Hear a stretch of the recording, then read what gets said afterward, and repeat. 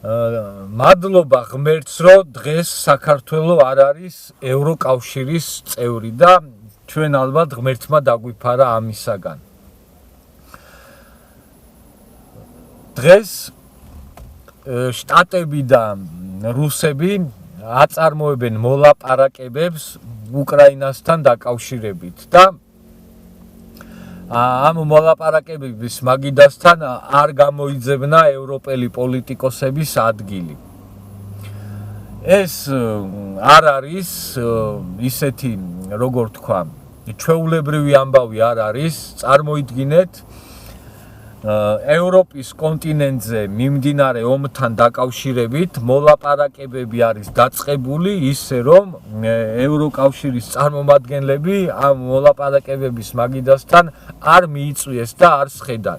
ყოველთვის ვიძახდი რომ უკრაინის ბედს ისე გადაწყვიტავენ თქო რომ ზელენსკის და უკრაინელებს არაფერს აღარ შეეკითხებიან თქო.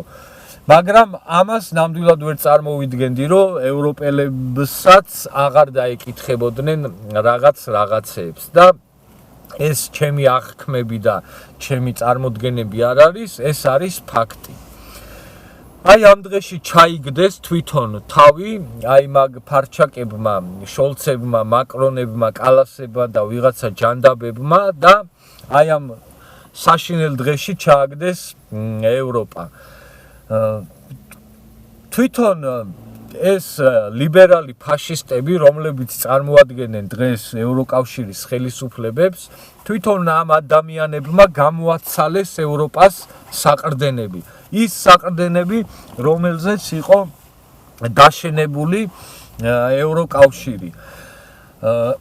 ევროპა მიმზიდველი და მომხიბვლელი იყო თავისი ფასეულობებით და ღირებულებებით და არა შენობა ნაგებობებით, როგორც ზოგიერთს წარმოუდგენია, ხო? ჩვენთან არსებული აი ეს ბატები, შიგევროპელები ვინც არიან, ხო? ამ ადამიანებს წარმოდგენა არ აქვთ რა არის ზოგადად ევროპული ფასეულობები. ამ ადამიანებს ევროპული ფასეულობა გონიათ ერთი ადგილის მიცემა, ევროპული ფასეულობა გონიათ რომ უზრდელობა, ევროპული ფასეულობა გონიათ ღვთისგმობა და ევროპული ფასეულობა გონიათ რაღაცა ოჯახის სიწმინდეზე უარის თქმა. არადა სწორედ ეს ყველაფერი, რაც მე ხა ჩამოვთვალე, სწორედ ეს არის ნამდვილი ევროპული ფასეულობები და ღირებულებები. ეს იყო ოჯახი, ეს იყო რწმენა და ეს იყო კულტურა. დღეს არსებულმა ევროკავშირის ხელისუფლებებმა მიზანმიმართულად ყველაფერი ქნეს, რომ გაენადგურებინათ კულტურები, გაენადგურებინათ აი ეს ფასეულობები. ოჯახი ჩაანაცვლეს რაღაცა გაუგებარი გენდერით, კაცები დააყენეს და აზასავეს ეკლესიაში და ჯვარს წერენ კაცებს, წარმოიდგინეთ რა დონემდე გაფარჩაკდნენ და აი რა დღეში ჩაიგდეს თავი აი ამ შოლცების და ვიღაცა ნაბოზრების პოლიტიკიდან გამომდინარე. და ევროპის ეკონომიკა არის საშინელ დღეში. ევროპის ეკონომიკას თვითონ ევროპელებმა დაარტყეს იმით, როცა უარი თქვეს იაფ ენერგიაზე და როცა ევროპელები აიძულეს ზოგ-ზოგი ერთებმა, რომ თვითონვე უარი ეთქვათ იაფ ენერგიაზე და გასამაგებულ და გაუთქმაკებულ ფასებში შეეძინათ ის ენერგია, რომელი ენერგიაც სჭირდებათ წარმოებისთვის, ხო? შესაბამისად ამ ენერგიის გაძვირებამ გამოიწვია წარმოების გაძვირება. წარმოების გაძვირებამ გამოიწვია პროდუქციის გაძვირებამ და ეს ყველაფერი პირდაპირ ურტყავს ეკონომიკას და ევროპელი ხალხების ჯიბეებს და პირდაპირ აისახება მათი ცხოვრების კეთილდღეობაზე, ხო? ეხლა ძალიან მაინტერესებს, აი ეს გაფარჩაკებული ევროპა უნდათ ამ შიგევროპელებს? აი ამ ფარჩაკი კავშირისთვის ემეტებათ ჩვენი ქვეყანა? თუ ჯერ კიდევ ვერ ხვდებიან ეს ადამიანები რა ხდება და როგორ დატრიალდა ჩარხი და საით მიდის პროცესები. დარწმუნებული ვარ, რომ აზზე არ არიან, კიდევ ვერ ხვდებიან ეს ადამიანები. ამ ადამიანების გამოშტერებაზე იმ ადამიანებმა, რომლებმაც გაანადგურეს ევროპა, მილიონები ხარჯეს საქართველოში და ათობით და ასობით მილიონები აქვთ დახარჯული, რომ აი ეს შიგ ევროპელების ის გამოეყვანათ რაღაცა ჯიში თუ არ ვიცი რა ქვიათ. იმისათვის რომ ადამიანები გამოეშტერებინათ და გამოერეცხათ ამ ადამიანების ტვინი ისე რომ საერთოდ არაფრის აღქმის რეალურად აღქმის უნარი რო არ ქონოდათ ამ ადამიანებს.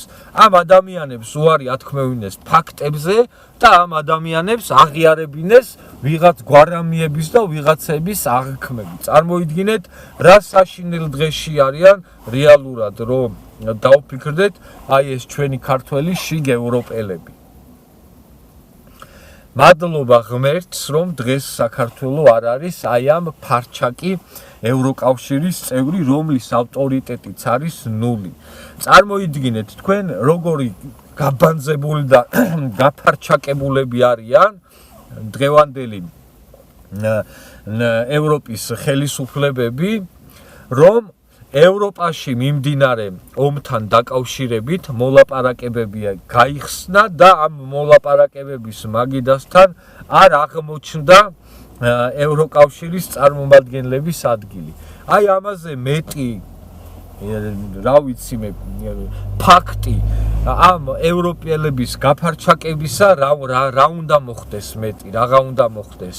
სულ ვიძახდი და სულ ვფიქრობდი, რომ უკრაინის მეც ისე გადაწყვიტავდნენ, რომ აქ უკრაინის ხელისუფლებას არავინ არაფერს არ კითხავდა და არც უკრაინელი ხალხის ინტერესს არ გაითვალისწინებდნენ. მაგრამ ვერ წარმომედგინა სიმართლე რომ თქვა, რომ ევროკავშირის წარმომადგენლები და ევროპელი პოლიტიკოსები აი ამ მოლაპარაკებების და უკრაინის ბედის გადაწყვეტის პროცესში გათიშულები იქნებოდნენ. მაგრამ დღეს აი ეს რეალობაა და ფაქტი ეს არის, რომ დღეს რუსეთი და შტატები უკრაინის ბედს ისე წვიტავენ, რომ არც უკრაინას ეკითხებიან და არც ამ ფარჩაკ ევროპელებს არაფერს.